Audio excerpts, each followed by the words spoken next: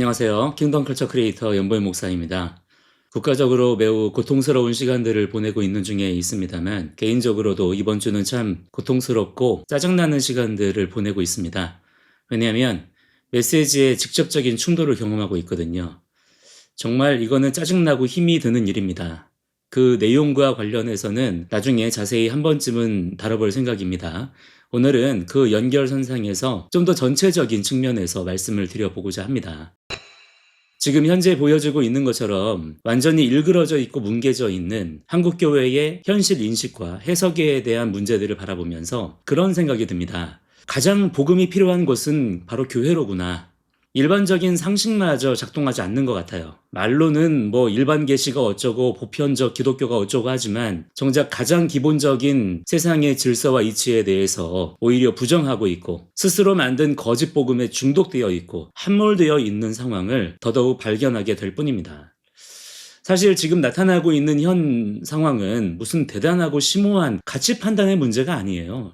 물론 그 본질적인 뿌리부터 제대로 이해하기 위해서는 더 깊은 통찰과 많은 공부가 필요하기도 하지만 적어도 지금 나타나고 있는 이 현실을 파악하는 것은 그냥 상식적으로만 따져봐도 되는 문제입니다. 그래서 지금 많은 국민들이 깨어나고 있잖아요. 그동안 가려져 있고 숨겨져 있던 거짓된 실체들이 하나 둘 드러나고 있기 때문입니다.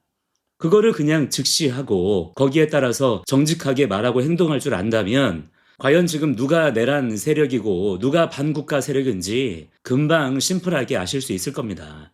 그게 지금 우리나라에서 엄청나게 벌어지고 있는 일들이에요. 그런데 그에 반해서 교회의 현실 인식은 너무 엉망진창으로 망가져 있다는 겁니다.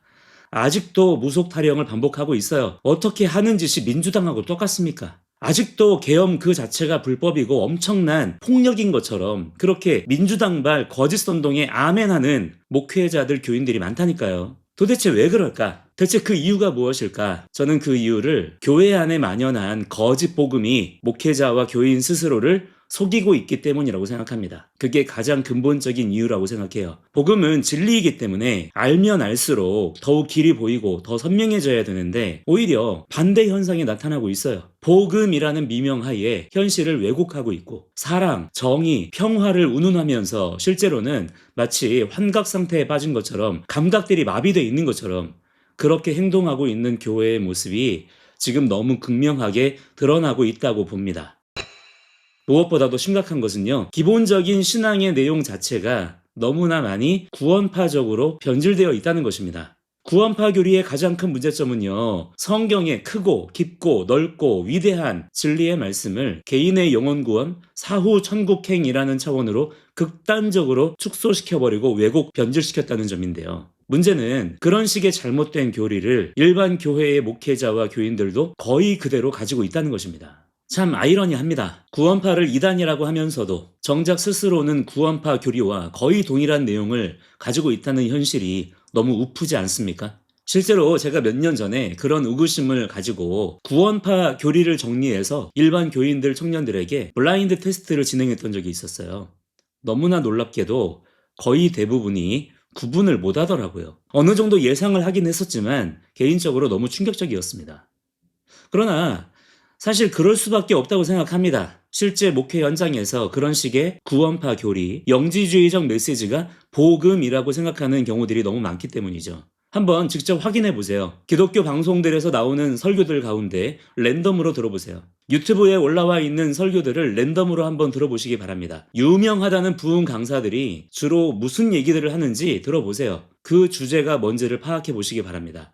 아니면 주변의 교인들 아무나 붙잡고 복음이란 무엇입니까? 질문해 보세요. 거의 대부분은 제대로 대답을 못할 거고요. 대답하시는 분들 중에 거의 대부분은 구원파 교리와 거의 구분이 안 되실 겁니다. 평생을 그렇게만 들어왔으니까요. 기록된 말씀 중심 신앙이 아니라 목회자 설교 중심으로만 신앙생활 해왔으니까요.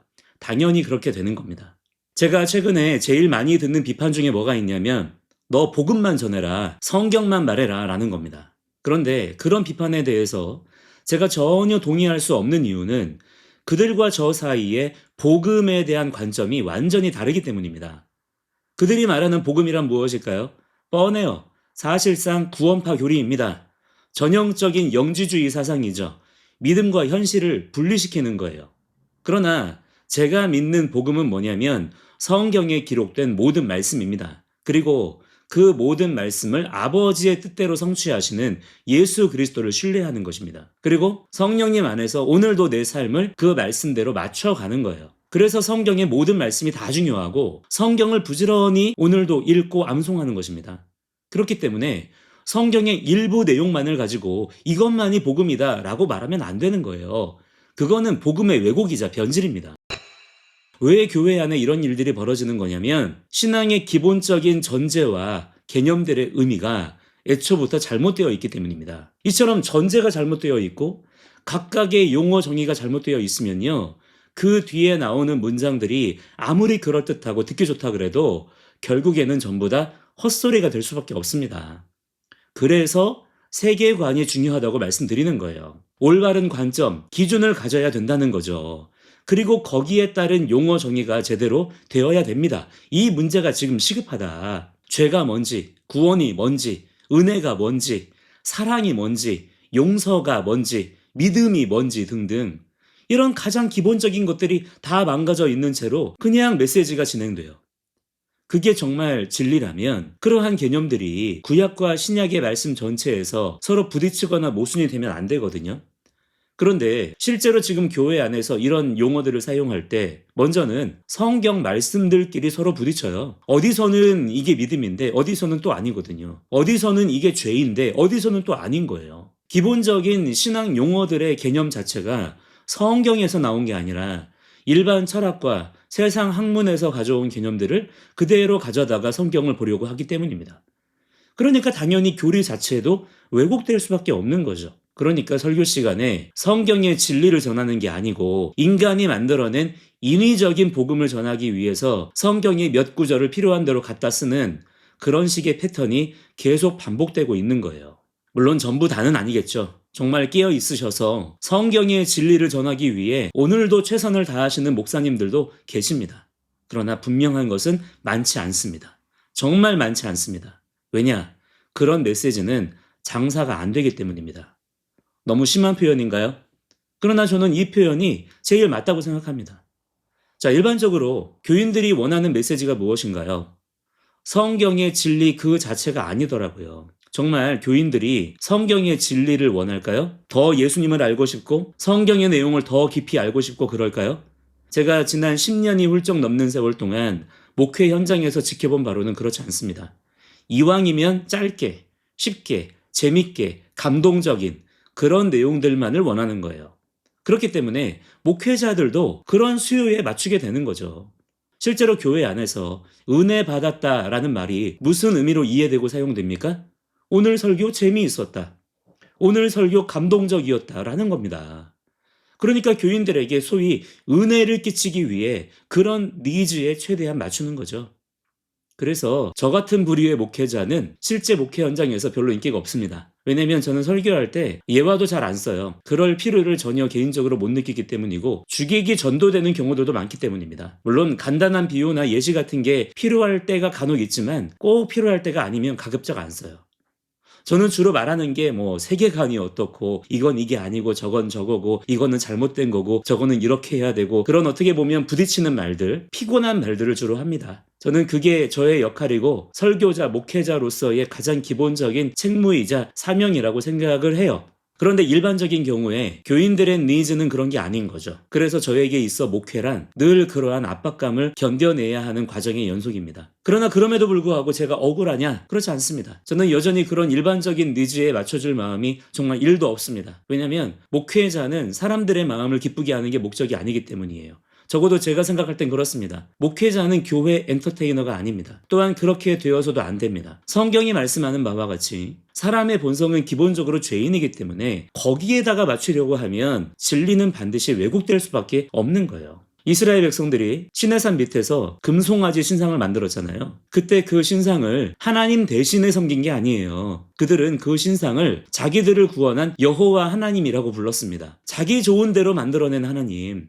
그게 하나님이 가장 미워하시는 우상이라는 거예요. 저는 지금 한국교회 안에 바로 이 상황이 너무나 만연하다고 생각이 듭니다. 그런 잘못된 하나님에 대한 개념, 왜곡된 신앙의 전제, 완전히 망가져 있는 각각의 용어 정의 등을 그대로 가진 채로 메시지가 다뤄지기 때문에 그 문장 하나하나만 떼어놓고 보면 언뜻 말이 되는 것도 같아요. 틀린 말이 아닌 것 같습니다. 그러나 전체 메시지의 결론에 가서 보면 엉뚱한 데 가 있는 경우들이 많은 거예요.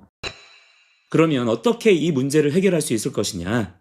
먼저는 그 원인을 단지 목회자들만의 책임으로 몰아가서는 안 된다고 생각합니다. 물론 목회자들의 책임이 제일 크죠. 절대 그 책임을 면할 수 없을 겁니다. 하나님께 가장 먼저 판단받을 거예요. 그렇지만 일반 교인들의 책임도 그에 못지않게 있습니다. 우리의 가장 기본적인 책임은 말씀을 지켜야 돼요. 진리를 알고자 해야 됩니다. 기본적인 진리에 대한 갈망이 있어야 되는 거예요. 예전에 국부 이승만 대통령께서 지으신 독립정신을 읽으면서 정말 개인적으로 충격을 받았던 내용이 있었는데요. 그런 내용이 있었어요. 제가 지금 여기에 책이 없어서 그대로 옮기지는 못하는데 대략 이런 내용이었습니다. 크게 틀리지 않을 거예요. 나라의 원수는 나라를 해하는 자들만이 아니라 나라를 지키는 것을 포기한 자들도 나라의 원수이다. 뿐만 아니라 나라를 지킬 수 없다고 생각하는 나의 마음조차도 나라의 원수이다. 이런 내용이었거든요.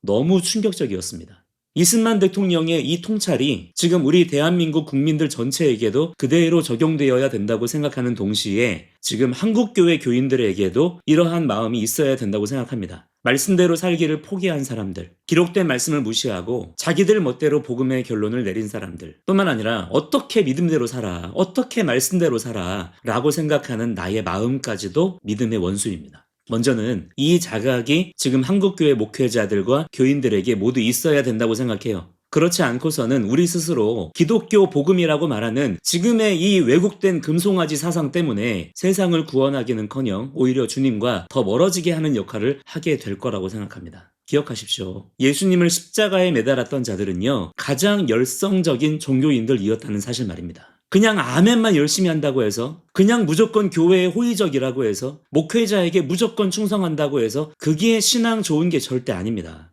오늘도 진리를 더욱 알고자 분투하는 나의 삶이 있어야 되는 거예요. 진리는 알면 알수록 내 이전에 가지고 있던 생각과 세상 철학을 깨뜨립니다. 진리를 알면 알수록 경험하게 되는 것은요, 세상의 생각을 구분할 수 있게 되고요, 거기서 떨어져 나오게 되는 거예요. 자, 결론입니다. 교회만 잘하면 됩니다. 그러면 무조건 바뀝니다. 바뀔 수밖에 없어요.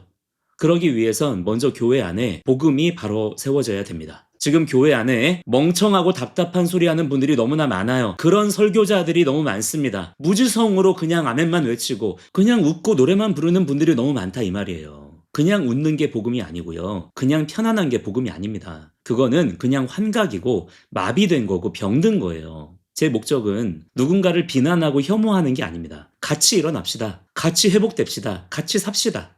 저 또한 오늘 더욱 정신 차리고 살겠습니다. 오늘도 영적인 분별력을 가지시고 늘 깨어있는 여러분들이 되시기를 기도하며 응원하겠습니다. 다음 영상에서 뵙도록 하겠습니다. 감사합니다.